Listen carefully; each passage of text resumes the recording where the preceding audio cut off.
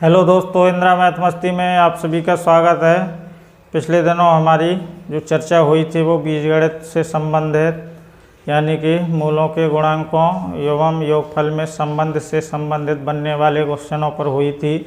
आज जो हमारी क्लास होगी वो मूलों की प्रकृति से संबंधित होगी, यानी कि मूलों की प्रकृति क्या होती है। तो इसको दोस्तों देखेंगे।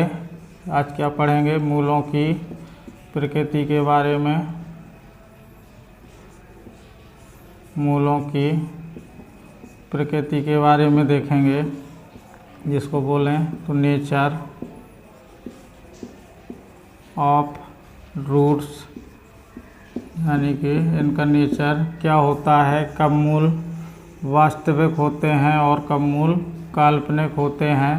तो इनके बारे में दोस्तों अपनी चर्चा होगी। आपने एक फॉर्मूला पढ़ा होगा दोस्तों 10th में, जिसको बोला जाता है b² माइनस 4ac करके एक फॉर्मूला पढ़ा होगा। इसे हम क्या बोलते हैं? इसे विभक्तिकर बोलते हैं। क्या बोलते हैं? मैं थोड़ा थोड़ा याद दिला दूं। विभक्तिकर, हिंदी में बोलें तो विभक्तिकर, इंग्लिश में बोलें तो डिस्क्रिमिनेट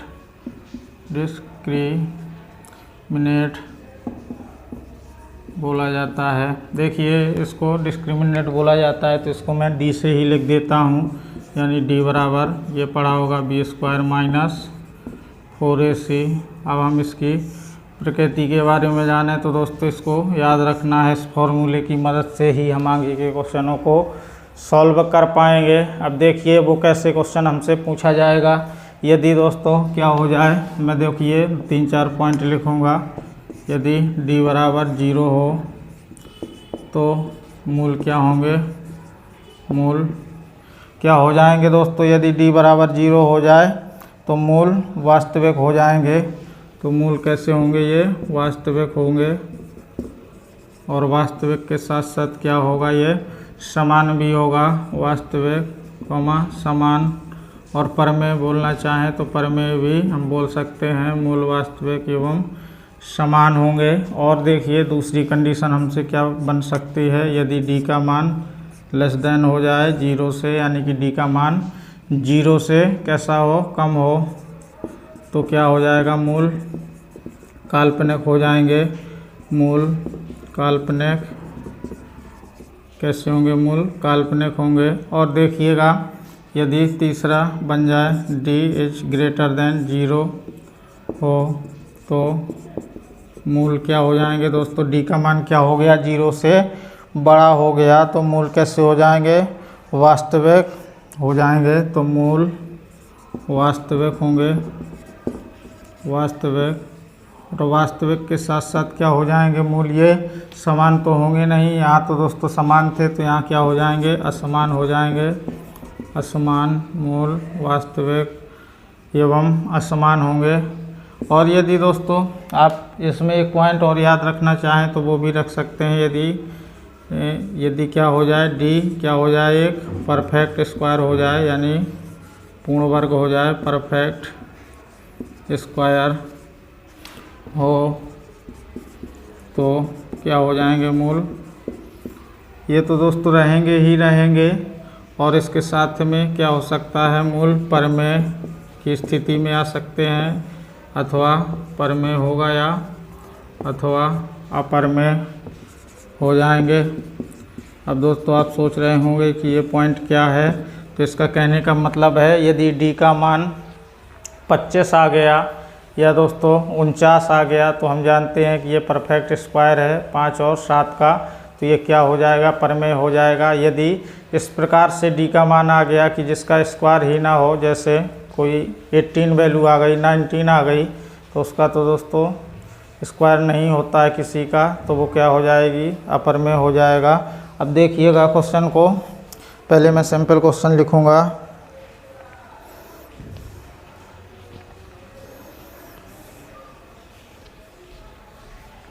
जैसे मैं लिख दूँ x², कोई भी question, x² minus 5x plus 12 बराबर 0 का विभक्तिकर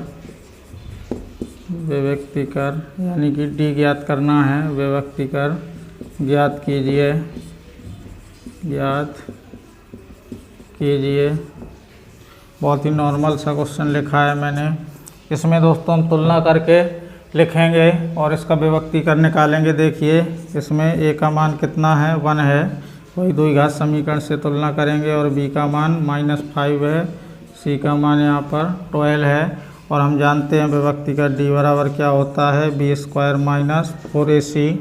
तो d की वैल्यू निकालेंगे तो b का मान कितना है 5, तो 5 का वर्ग करेंगे तो 25 हो जाएगा, -4 इंटू a की वैल्यू 1, c की वैल्यू 12 हो गई।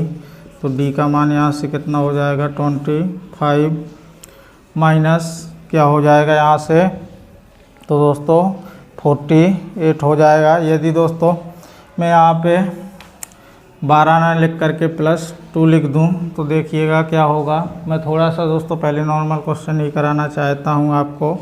तो यहाँ से 2 हो जाएगा तो यहाँ से 8 बचेगा और फिर इसके बाद d की वैल्यू क्या हो जाएगी, तो 17। तो d का मान कितना आया, 17 आया। अब इसमें से दोस्तों तुलना करके लिखिए कि d का मान क्या 0 के बराबर है, तो आपका आंसर होगा d का मान 0 के बराबर नहीं है। तो d का मान क्या 0 से छोटा है, तो ये भी नहीं है। तो d का मान क्या है, 0 से बड़ा है। तो मूल कैसे होंगे, वास्तविक होंगे और असमान होंगे। अब देखिए परमेय है कि अपरमेय, तो दोस्तों ये क्या है, किसी का क्या स्क्वायर है, परफेक्ट स्क्वायर है क्या, तो 17 किसी का परफेक्ट स्क्वायर नहीं है। तो मूल कैसे हो जाएंगे, अपरमेय हो जाएंगे। तो इसकी प्रकृति क्या हो जाएगी, यानी कि मूल कैसे होंगे उसको लिख लीजिए, वास्तविक, मूल वास्तविक, कॉमा असमान तथा कैसे होंगे, अपरमेय होंगे, अपरमेय होंगे। ये आपका आंसर रहेगा। ये प्रकृति, यदि मूलों की प्रकृति पूछी जाए तो ये होगा। विभक्तिगत तो पूछेगा नहीं आपसे, मूलों की प्रकृति ही पूछी जाएगी। अब देखिएगा जो मैं क्वेश्चन लिखूंगा वो और भी अच्छा सा क्वेश्चन दोस्तों लिखने का प्रयास रहेगा मेरा।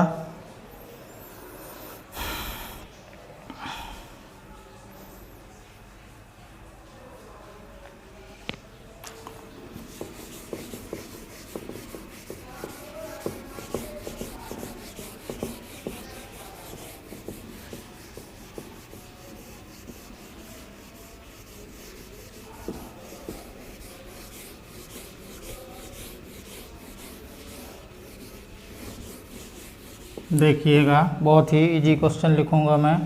द्विघात समीकरण,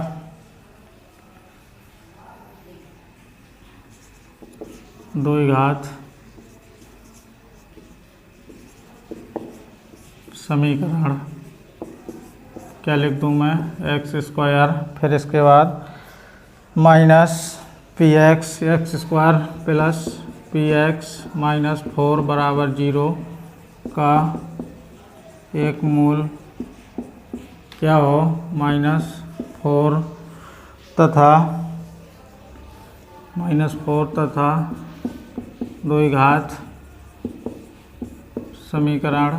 एक और दोस्तों आपको द्विघात समीकरण दे दूं मैं, क्या लिख दूं, तथा द्विघात समीकरण x² plus px -4 x² px plus 4 बराबर 0 के मूल क्या हो जाएं, बराबर हो जाएं।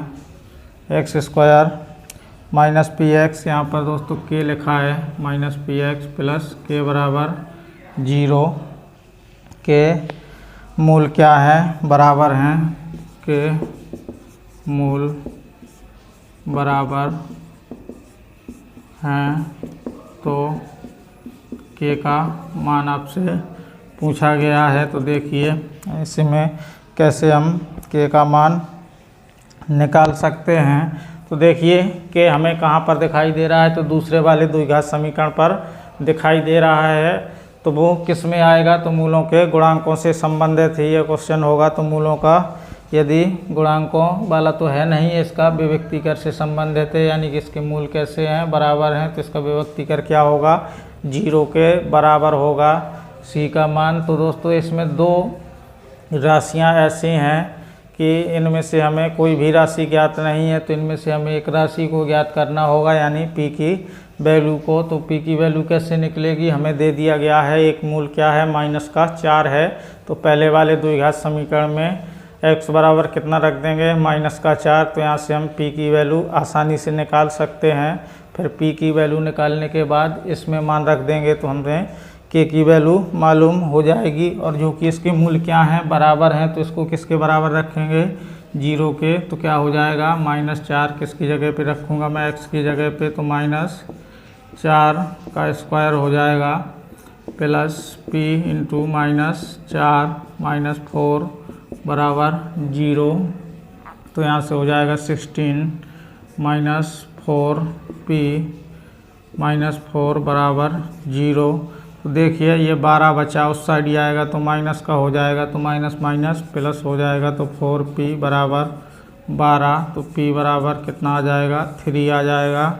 उम्मीद है इतना आपको समझ में आ गया होगा। अब p की वैल्यू दोस्तों इसमें पुट कर दीजिए, तो हम k की वैल्यू भी निकाल सकते हैं। तो p की वैल्यू इसमें रखेंगे तो क्या हो जाएगा, x² -3 इंटू x प्लस के बराबर 0 हो गया, जो कि इसके मूल कैसे हैं, बराबर हैं। तो d बराबर क्या हो जाएगा, यानी d बराबर b² -4ac बराबर 0 के बराबर करेंगे।